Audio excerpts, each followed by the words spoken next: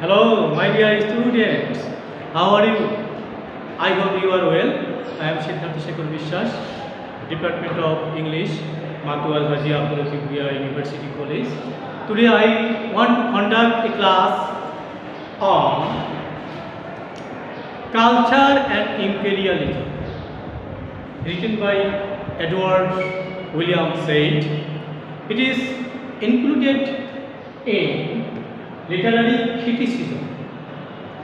Literary criticism is included in honors fourth year Department of English under National University. My dear students, Edward William says culture and imperialism is one of the most important and widely discussed books of the past year, calling for an adjustment in perspective and understanding of the Western cultural archive. It points out new directions for cultural criticism in the 1990s. Said previously provoked a major shift in academic thought when his earlier book, Orientalism, sensed, however, the way the West views the Orient. A prime theorist of decolonialism, he melds traditional humanism, Marxism, and post-structuralism in an emerging project of reclaiming from Europe the territories, both geographic and intellectual, that have been appropriated by empire. In culture and imperialism, Said focuses on three major metropolitan cultures, British, French, and American, to show how even their current identities are the product of power. Though the formal age of empire is past, its memory, sustaining ideology, and political practices persist. Thus, linking culture and empire offers an important point of entry into the interpretation not only of so-called third world countries, but also into the study of the formation and meaning of Western cultural practices themselves. Cultural imperialism's four parts include his main premise that cultural forms are hybrid, that we inhabit a world of overlapping territories and intertwined history. His reading of Western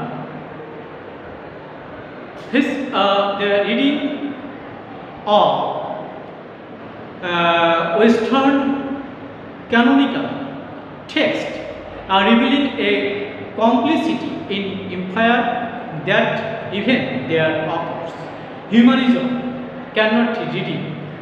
His exploration of the colonies and of native movements of resistance in literature and theory.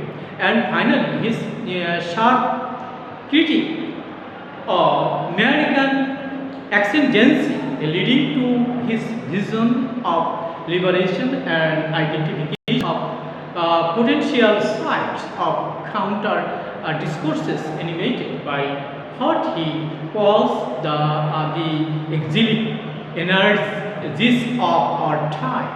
Says major methodological innovation is his contextual analysis, which lets him bring together geographically, temporally, and culturally discrepant experiences that may otherwise have been close to one another, perhaps even suppressive of one another. Thus, colonial writers read beside Eliot and Yeats. Third is juxtaposed to Gugai and types self and is reinterpreted as imperialist by default.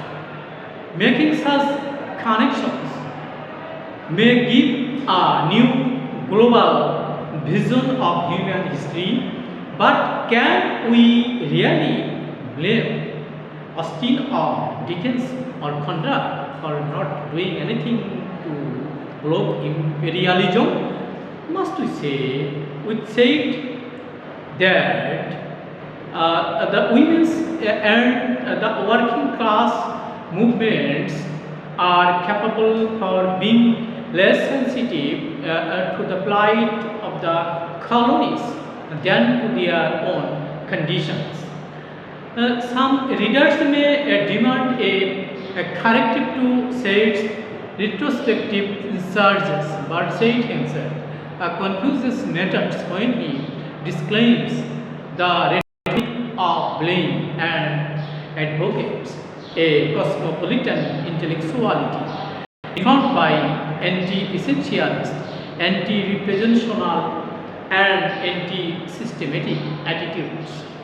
He first rejects essentialism embodied in static theories of race and nationalism, advocating a new transitional identity that would be less constrained and coercive than local identities.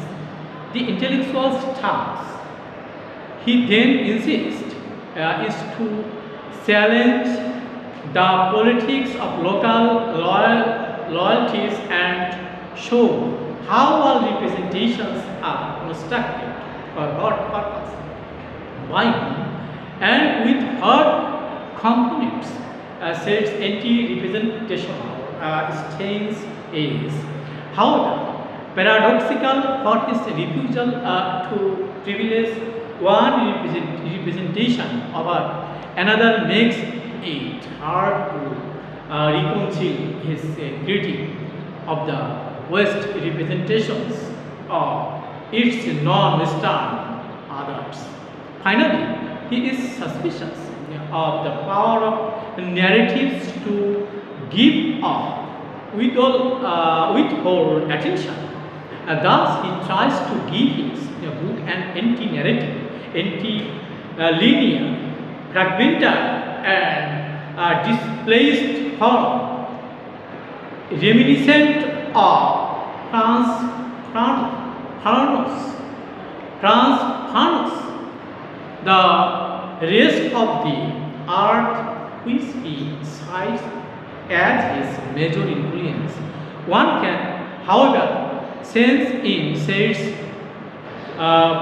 predilection for prose reading as well as in the underlying temporal structure of his elegant argument, whose four parts seem to be symmetrically divided between the timeless, the past, the present, and the future, the universalist, or perhaps even the modernist imagination at work.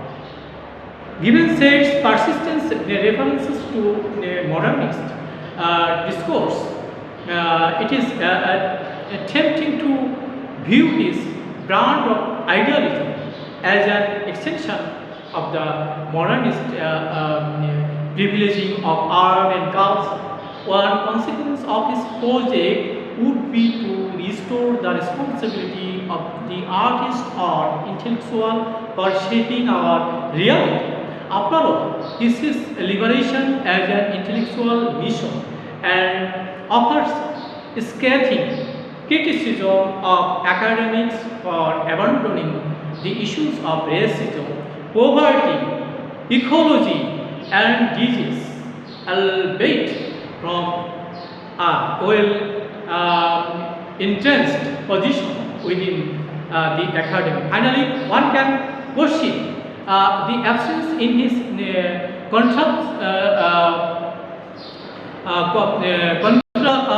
contractional reading of gendered perspective and analysis. Most of his primary and secondary sources are male. He rarely mentions and never analyzes feminist texts that belong to the tradition of post-colonial resistance writing. It is a pity for some of this text might provide an interesting counterpoint to Said's celebration of nomadic mobility and migrant consciousness, rather than challenging the system by choosing to live like nomads or exiles. This feminists see the possibility of subverting the discourse of essentialism by realigning their loyalties and allegiances to small communities. Still, despite all